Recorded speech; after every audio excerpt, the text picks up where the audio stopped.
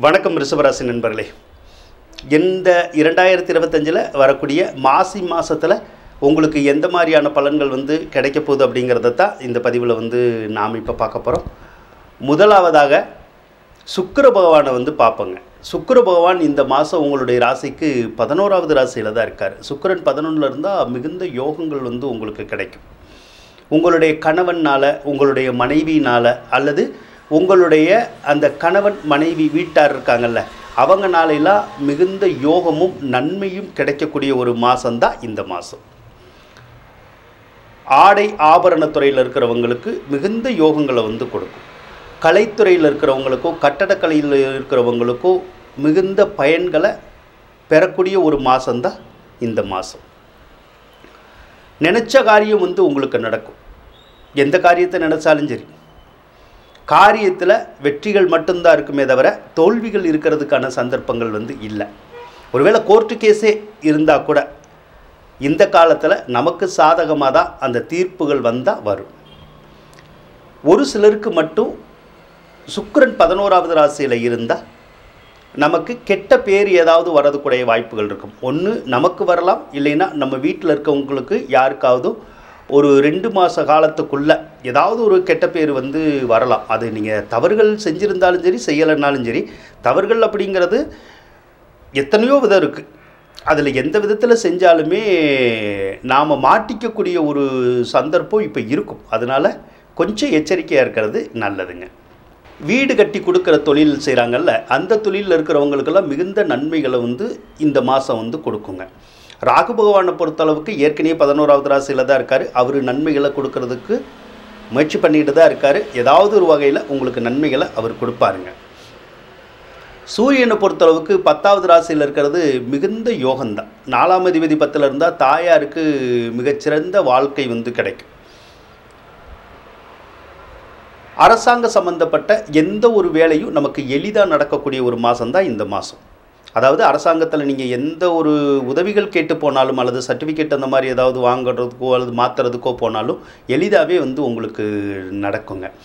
ஒரு சிலருக்கு அரசாங்க வேலை வாய்ப்புகள் கூட கிடைக்கும், அல்லது அரசியலில் பட்டம் பதவிகள் கிடைக்கலாம். ஒரு சிலருக்கு இந்த சங்கங்கள் போன்ற இடங்கள் இருக்குல்ல, அதில் கூட பட்டங்கள் பதவிகள் கிடைக்கிறதுக்குடைய சந்தர்ப்பம் இந்த மாதம் உங்களுக்கு இருக்கும்.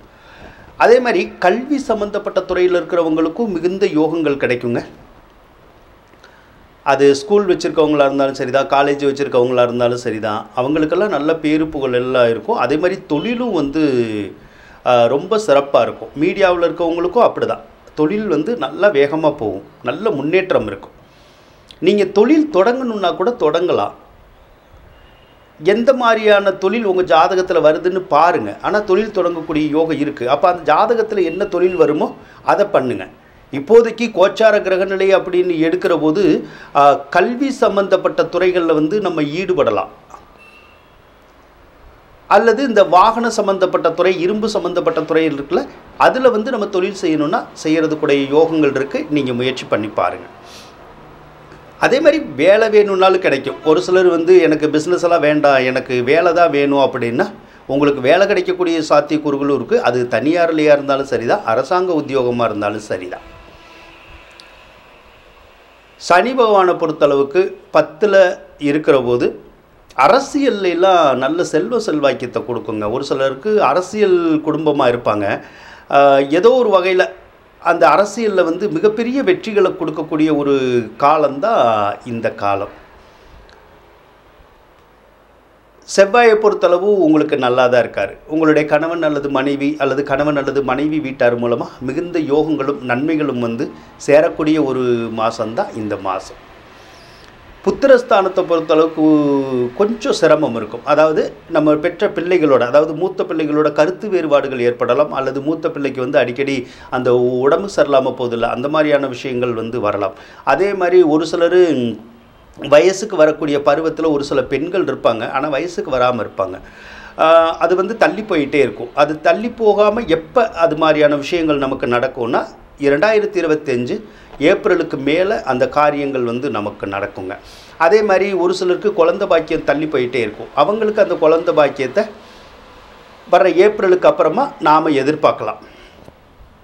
குரு பகவானை பொறுத்தளவுக்கு உங்களுடைய ராசியில் தான் இருக்கார். பொதுவாக குரு பகவான் வந்து ராசியில் வந்து இருக்கக்கூடாது.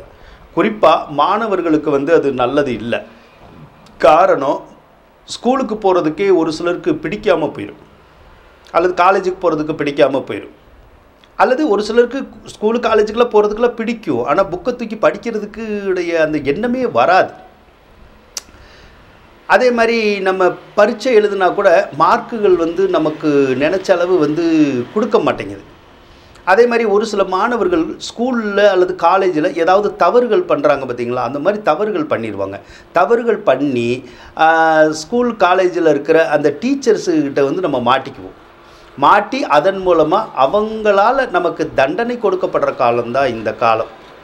அப்படி மாட்டிக்கிட்டோம்னா உங்கள் பேரண்ட்ஸை கூட்டிகிட்டு வாங்க அப்படின்லாம் சொல்லுவாங்க. ஒரு சிலருக்கு வந்து ஏதாவது சஸ்பெண்ட் பண்ணுற மாதிரியெல்லாம் பண்ணி விட்ருவாங்க. அதனால் மாணவர்களை பொறுத்தளவுக்கு ரொம்ப எச்சரிக்கையாக இருக்கக்கூடிய ஒரு காலம். ஒரு சிலர் வந்து ஒரு சில ஸ்கூலுக்கே போக முடியாமல் போயிடும், வேறு ஸ்கூலில் ஜாயின் பண்ணுற மாதிரியான ஒரு சூழ்நிலைகளை கூட அந்த குரு பகவான் வந்து உருவாக்கிடுவார். அதனால் கவனமாக இருக்கணும் மாணவர்கள். அதே போல் ரிஷபராசிக்காரவங்களுக்கு இப்போ மனக்குழப்பங்கள் வந்து நிறையா இருக்கும். ஏதாவது ஒரு வகையில் குழப்பம் தெரியும் நமக்கு. ஒரு சிலருக்கு மட்டும் தசாபுத்தி நல்லா இருக்கவங்களுக்கு பிரச்சனை இல்லை, தசாபுத்தி சரியில்லாதவங்களுக்கு மட்டும் இந்த பண கஷ்டம் இருக்கிற மாதிரி தெரியும். ஏதோ ஒரு வகையில் வருமானம் பாதிக்கிற மாதிரி தெரியும். முன்ன இருந்த வருமானம் இருக்காது, அதே மாதிரி முன்ன இருந்த அந்த ஒரு சந்தோஷங்கள் இருக்காது. ஏதோ ஒரு வகையில் நமக்கு குறைவு ஏற்படுற மாதிரியே நமக்கு தெரிஞ்சுக்கிட்டே இருக்கும். ஒரு சிலருக்கு இடம் மாறுறதுக்குடைய யோகங்கள் வரும். வீடு விட்டு வீடு மாறுறது, ஊர் விட்டு ஊர் மாறுறது, அந்த மாதிரி எண்ணங்கள் வந்து தோணும். ஒரு சிலருக்கெல்லாம் நிறைய கடன் காட்சிகள் ஆயிரும். அதனால் கடன் காட்சிக்கு பயந்து கூட நம்ம வேறு ஊருக்கு போயிடலாமா அப்படிங்கிற மாதிரியான எண்ணங்களை கூட கொடுக்கக்கூடிய ஒரு காலம்தான் இது. அதே மாதிரி ஒரு சிலர் நகை நட்டெல்லாம் வீட்டில் வச்சுருந்துருப்பாங்க. அவங்களுக்கு வந்து அந்த நகை நட்டுகள்லாம் அடமான வைக்கக்கூடிய ஒரு சூழ்நிலைகள் கூட இருக்கும், அல்லது அடமான வச்ச நகையை மீட்ட முடியாத ஒரு சூழ்நிலைகள் கூட இப்போ அந்த குருவால் ஏற்படுறதுக்குடைய ஒரு சந்தர்ப்பங்கள் வந்து இருக்கும். இதுக்கு என்ன பண்ணணும்னா, குரு பகவானை தான் நம்ம வழிபடணும்.